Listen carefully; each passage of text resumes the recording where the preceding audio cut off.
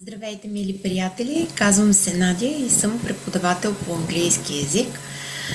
Днешното видео ще бъде за диктовката или по-точно за препинателните знаци и трудностите, които може да срещнете докато правите една диктовка. Какво представлява диктовката и защо е важна тя? Диктовката представлява умението да запишете току-що чут текст. Защо е важна тя?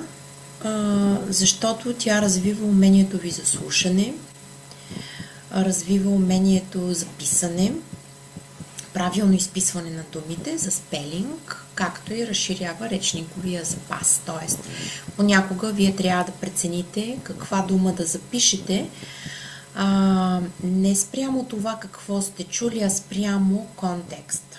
Или какво имам предвид? В английския език има много омофони. Какво представлява омофона? Омофона е дума, която думички, 2 или 3 думи, които се произнасят по един и същи начин, но се пишат различно и означават, разбира се, различни неща. Така, подготвила съм ви едно такова изречение с омофони. Така че то развива всичките тези неща и мисля, че е едно много добро упражнение. Така, сега, какви са правилата на диктовката? Диктовката винаги се чете 3 пъти. Първия път се прочита, за да можете да се запознаете с текста. Втория път се диктува, което означава, че всичките препинателни знаци се казват и повтарят, за да бъдат записани от учениците. Имената в английски език винаги се записват на дъската. Разбира се, има имена, които се предполага, че трябва да знаем как се записват. И това са, да кажем, Лондон, Ню Йорк, Том, Мери, Джон. Това са имена, които доста често се срещат и се предполага, че Ингланд, че трябва да могат да бъдат записани от учениците. Така, имената винаги се записват на дъската и вече следите втория път, когато пишете, ще ви бъдат упоменати абсолютно всички препинателни знаци, които трябва да сложите. Сега, ако нещо сте пропуснали да запишете, оставяте празно място и третия път, когато се чете диктовката, тя се чете както първия път, без препинателни знаци, а тогава вече проверявате какво сте записали и дали сте записали това, което е прочел учителя или преподавателя, който чете диктовката, както и да си попълните всички липсващи места, а не да се провиквате, докато останалите пишат диктовката. Какво беше това? Може ли да повторите? Не може, не се повтаря. Възприето е. Третия път вече при прочитането на диктовката, тогава се дописват всички липсващи празни места. Така че свикнете с това нещо, за да не смущавате комфорта и на останалите участници, които пишат диктовка. Пунктуации. Punctuation in dictations. First of all, dictations, they enhance your listening spelling skills as well as vocabulary skills and also improves the overall language proficiency. Тоест, те подобряват цялостното подобряване на вашия език, на всичко в него. Punctuation in dictations. Каква е пунктуацията? Full stop е точка, question mark въпросителен знак, exclamation mark удивителен знак, комата е запетая, hyphen or dash. We have two words in English for this. Тиренце, colon, 2 точки, семиколон, точка, запетая. Запомнете, че след двете точки и след точката и запетаята винаги започвате изречението с малка буква. Open inverted commas, отваряме кавички. Close inverted commas, затваряме кавички. New paragraph пък е нов параграф. И Когато има някаква дума, която трябва да е с главна буква, това винаги се упоменава от този, който от диктуващия и казват capital letters. For example, homophones in capital letters. With a capital letter, с главна буква. Обикновено думички като The Rhodope Mountain, това цялото е mountains, въпреки че означава планина, то е към The Rhodope, т.е. той е част от наименованието, тогава и двете се пишат с главни букви, но това ще ви бъде упоменато от този, който диктува. Но все пак да го знаете. Отдолу съм си записала също if a word is hyphenated, ако една думичка е с тире, то това винаги се казва a middle-aged woman, middle-aged hyphenated, което означава, че думата middle-aged е с тиренци. Така, но не се казват тирета там, където вече е граматична задачата. Кога, например? Като, например, в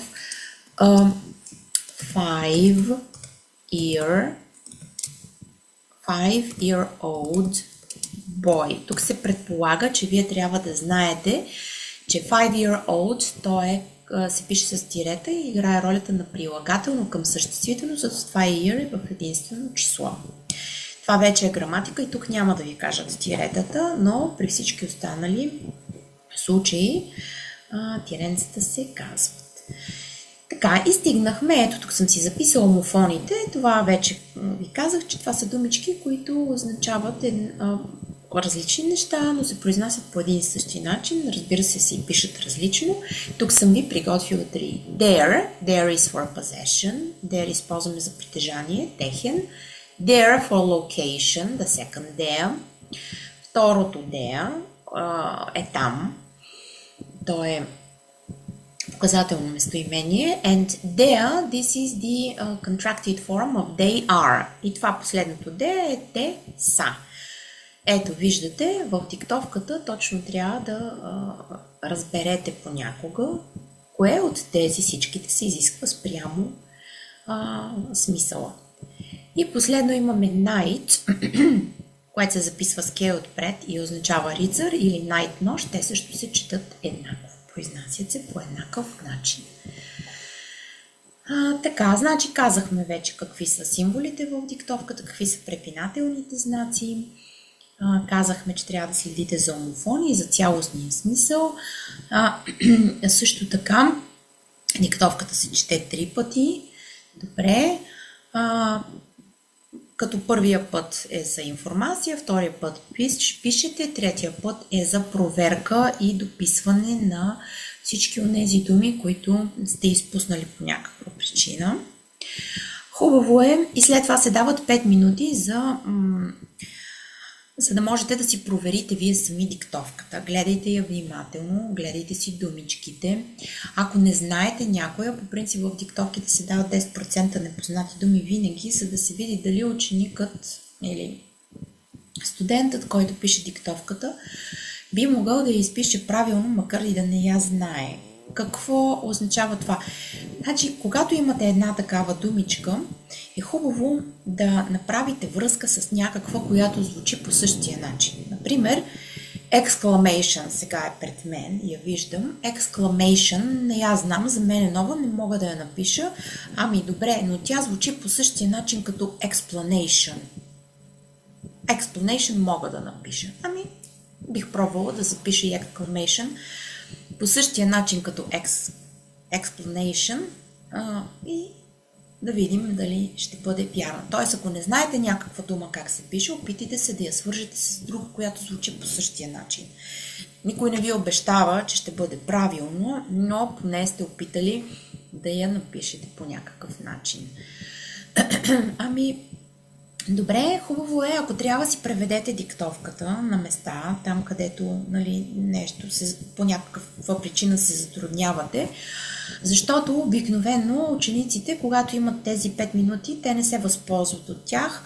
гледат всички останали, гледат през прозореца и накрая се чудят защо, като върна диктовките, това е толкова лесно, защо съм го сгрешил. Ами сгрешил си го, приятелю, защото когато ти се дават тези 5 минути, за да си я провериш, ти гледаш около стаята какво се случва около теб, а не гледаш какво се случва в твоята диктовка. Това е причината. Така, сега съм ви приготвила едно изречение, което има своите трики моменти, така да кажем, в себе си. Имате два омофона. Our train was scheduled to arrive at 8:30, but it was an hour late. Тези, които съм подчертала hour като наш и hour като час, са омофони. Бихте могли да ги сгрешите, ако не си ги преведете. Другата двойка омофони са past, 8:30. Past е предлог, означава след. А пак past с ed, то е миналото време на глагола pass. Ако не си ги преведете отново, можете да ги сгрешите. Друго нещо, което имам е думата scheduled или scheduled на British English, на American English е scheduled, така че тази по произношение също бихте могли да сгрешите. Сега по принцип винаги в диктовките пишем British English, т.е. scheduled трябваше да ви я прочета, но дори да я прочитат scheduled, вие трябва да можете да я запишете. Ами това е за диктовките. Това е един от първите уроци. Можете да намерите диктовки в моят сайт. Разбира се, с текста след това, за да можете, записани диктовки имам предвид, и имате и текста отдолу, за да можете да си я проверите след това и да видите колко грешки имате. По принцип, една грешка в английския език представлява 0,25 точки, което какво означава? Че ако имате 4 грешки, оценката е 5,00. Ако имате 8 грешки, оценката е 4,00. Ако имате 12 грешки, оценката е 3,00 и под 12 грешки вече всичко е двойка. Пропуснах също така да ви кажа, че при пунктуационни, когато една грешка се повтаря, да кажем сте сгрешили думата hour като час. И ако сте сгрешили 2 пъти надолу, тя се брои с грешка само един път. Значи, може 3 пъти да сте сгрешили една и съща дума, брои се за грешка само един път. Пропусната запетая или пунктуационна грешка, когато имате, например, нещо, което трябва да напишете с главна буква, вие сте го написали с малка и така нататък, тези са по половин грешка. Половината на 0,25. Или сте пропуснали параграф, или сте пропуснали точка. Това е половин точка. Половината на 0,25 се взима. Това е всичко, което трябва да знаете за пунктуацията на диктовката, изобщо като цяло за упражнението диктовка. По-нататък ще направя едно видео за най-често срещаните омофони, така че да ги научите и да не ги обърквате. Ако сте харесали моето видео и желаете да гледате още такива видеа с мен, които са полезни за вас, можете да се абонирате за моя YouTube канал, както и да ме последвате в социалните мрежи, в Facebook и TikTok. Пък защо не и да ми оставите един коментар, в който можете да изразите своето мнение за моите видеа, дали са ви полезни, какво бихте желали да разгледаме в тях и всичко това, което искате да споделите.